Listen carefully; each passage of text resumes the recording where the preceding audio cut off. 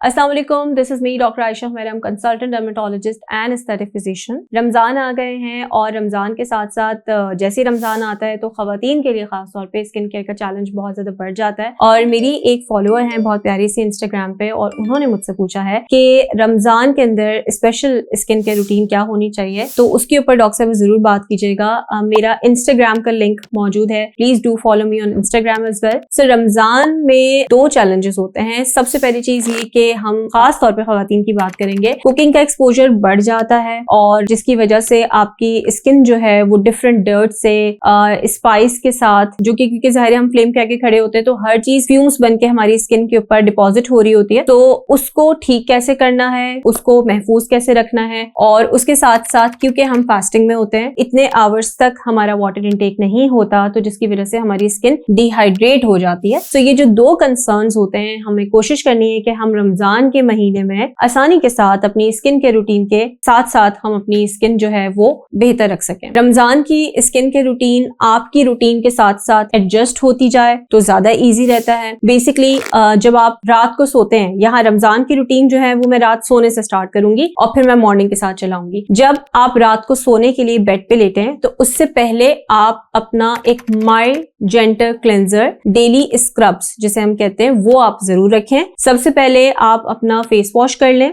Face wash आप daily करते हैं ऑब्वियसली, लेकिन जो स्क्रब्स होते हैं वो आप twice a week normal days में कर रहे होते हैं या वंस अ वीक कर रहे होते हैं। लेकिन रमजान में क्योंकि खवातीन कुकिंग ज्यादा करती हैं, ज्यादा स्पाइस से एक्सपोज होती हैं, तो आप अपने जो माइल्ड जेंटल क्लेंजर्स होते हैं, मैं बार बार माइल्ड और जेंटल का वर्ड यूज कर रही हूँ, मीन्स के उसका जो स्क्रब का मटेरियल आपको फील नहीं होना चाहिए, ये बहुत माइल्ड हो, बहुत सॉफ्ट हो, वो आप रखें। और डेली स्क्रब आप रात में सोने से पहले अपनी स्किन को करें। उसके बाद फौरन बाद हल्की सी वेट स्किन के ऊपर आपने अपनी स्किन का मॉइस्चराइजर इस्तेमाल करना है। मॉइस्चराइजर चाहे अब यहाँ पर हम ऑयली स्किन की बात करें या नॉर्मल स्किन की बात करें, क्योंकि हम अपनी स्किन स्क्रब करें तो आपका जो मॉइस्चराइजर है वो बेसिकली ऐसा होना चाहिए जो इसको डीपली हाइड्रेट कर दे। सो मेरा फेवरेट है सेरेमाइड्स की कॉम्बिनेशन के साथ पेप्टाइड्स। स्किन वर्जन के अंदर भी मौजूद है, स्किन वर्जन की जो स्किन केयर रेंज है उसमें भी ये जीन रिपेयर के नाम से मौजूद है। सो आप ये वाला मॉइस्चराइजर लाजमी लगाएं। नेक्स्ट स्टेप पे 15-20 मिनट्स का गैप देकर आप अपनी स्किन के मुताबिक कोई भी सिरम इस्तेमाल कर सकते हैं। अगर आपकी ऐसी स्किन है जिसमें पिगमेंट बनने के चांस होते हैं तो आप विटामिन सी कंटेनिंग या नाइसिनामाइड जो सिरम है वो अपने साथ रखें। अब इन दोनों में से कोई एक फॉर्मुलेशन एट अ टाइम आप यूज करेंगे, दोनों फॉर्मुलेशंस आप साथ में नहीं यूज करेंगे। सो अगर आपको विटामिन सी सूट करता है तो आपने विटामिन सी रखना है इन बिटवीन 5 to 10% कॉन्सेंट्रेशन। और अगर आप नाइसिनामाइड के फैन हैं, जैसे कि मैं नाइसिनामाइड की फैन हूं, तो आपने नाइसिनामाइड का सिरम इस्तेमाल करना है। नाइसिनामाइड को आप in combination with alpha arbutin भी इस्तेमाल कर सकते हैं। और उसके साथ आपने, अगर आप एंटी एजिंग प्रोटोकॉल को मुझसे पूछ रहे हैं और अगर आपको रेटिनॉल सूट करता है तो आप 5-10 मिनट्स के गैप के बाद रेटिनॉल 0.025% ओनली फ्यू ड्रॉप्स आपने अपनी स्किन पे इस्तेमाल करने, लेकिन आपने रेगुलर नहीं करना। रेटिनॉल आपने वंस अ वीक करना है या आपने ट्वाइस अ वीक करना है। ये हो गई आपकी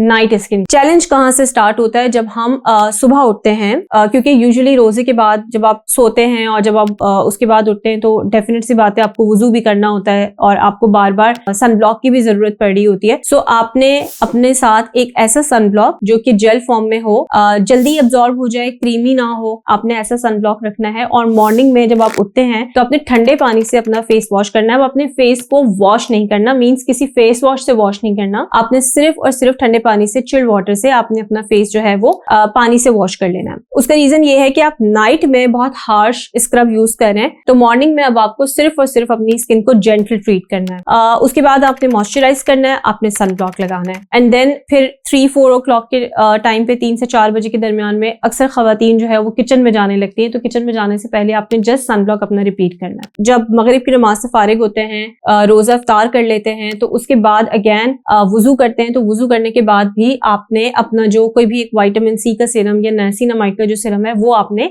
लाजमी इस्तेमाल करना है। सो इसका मतलब ये हुआ कि जो पिगमेंट बनाने के चांस बढ़ जाते हैं रमजान में, क्योंकि ज़ाहिर कुकिंग एक्सपोजर ज्यादा हो गया है, तो वो जो पिगमेंट कंट्रोल्ड इंग्रेडिएंट है वो हमने 2 बार इस्तेमाल करना है। और स्क्रब क्योंकि हम डेली कर रहे हैं तो हम फेस वॉश कम से कम करेंगे। और जब हम इफ्तार के बाद किचन से आते हैं तो चाहे तो अब जब आप एक बार फेस वॉश कर सकते हैं, लेकिन इमीडिएटली आफ्टर फेस वॉश आपने मॉइस्चराइजर जरूर लगाना है. So it's a very easy tip for your skin care routine. Now coming to your food items. The second most essential thing in Ramzan, basically हम खा क्या रहे हैं. रमजान में यूजुअली ये होता है कि फ्राइड आइटम्स हम ज्यादा खा रहे होते हैं, तो उसकी वजह से हमारी जो गट हेल्थ होती है वो कॉम्प्रोमाइज होती है और हमारी बॉडी के अंदर इन्फ्लेमेशन के चांसेस बढ़ जाते हैं. सो आई वुड सजेस्ट यू कि आप रमजान के अंदर एंटी इन्फ्लेमेटरी डाइट्स का इस्तेमाल करें. बहुत सारे लोगों को ये भी चैलेंज होता है कि हमने बड़े कम आवर हैं, इफ्तार से सहरी के दरमियान में घंटे बहुत कम होते हैं. सो उस टाइमिंग्स के अंदर आपको पानी की कमी को पूरा करना होता है. आप कैसे कर सकते हैं? आप डिटॉक्स वाटर का इस्तेमाल कर सकते हैं. डिटॉक्स वाटर बनाने के लिए आप mint, ginger, lemon, beetroot and cucumber, ये 5 चीजें ऐड करके इसको पूरी रात के लिए रख दें. क्योंकि यहाँ पे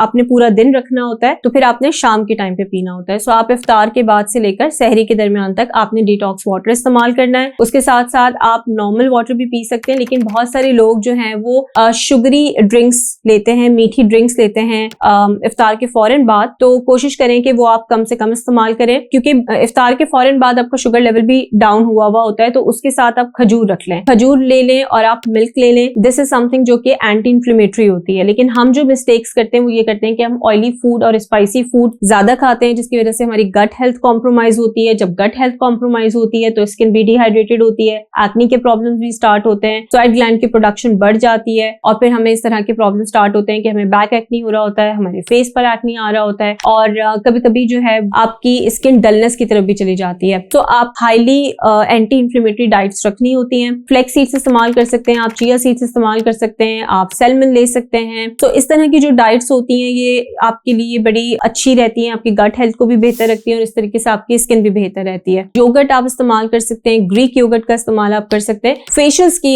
मैं बात करूंगी. बहुत सारे लोग जो हैं वो स्टिल ये सब कुछ करने के बावजूद भी उनकी स्किन की डलनेस नहीं जा रही होती. सो दैट मीन्स कि उनकी स्किन सिवियरली डिहाइड्रेटेड है और सिवियर डिहाइड्रेशन को सबसे बेस्ट तरीके से जो कंट्रोल किया जा सकता है वो है एक अच्छी क्वालिटी का customise hydra facial. Skin version पे अगर आप आते हैं तो यहाँ पे आपको रेंज ऑफ फेशियल्स मिलते हैं, रेंज ऑफ ट्रीटमेंट्स मिलते हैं जो कि रमजान के हवाले से बिल्कुल सेफ हैं. आपको कोई दर्द नहीं है, कोई पेन नहीं है, कोई ब्लड नहीं निकलता और बहुत इजीली आप सूदिंग वे के अंदर अपने ये फेशियल्स एंजॉय कर सकते हैं. जिसमें हमारे जो सिग्नेचर ट्रीटमेंट्स हैं रमजान के हवाले से वो है meso glow treatments, vitamin facial, indigo facial and hydra facial. So ये आप हमारे डॉक्टर से बात करके और अपनी स्किन के मुताबिक अपने फेशियल्स को सिलेक्ट कर सकते हैं. आप चाहें तो रमजान में 2 बार ये फेशियल ले सकते हैं, मीन्स 15 डेज अपार्ट, और इस तरीके से आपकी स्किन ईद से पहले ही ग्लो कर रही होगी. सो ये वो टिप्स हैं जो आप रमजान में फॉलो कर सकते हैं. और स्टिल इफ यू थिंक कि कोई भी ऐसी चीज है जो आपने मुझसे पूछनी है तो definitely you can ask me in my comment section. So I am sure कि this is very much informative for all of you,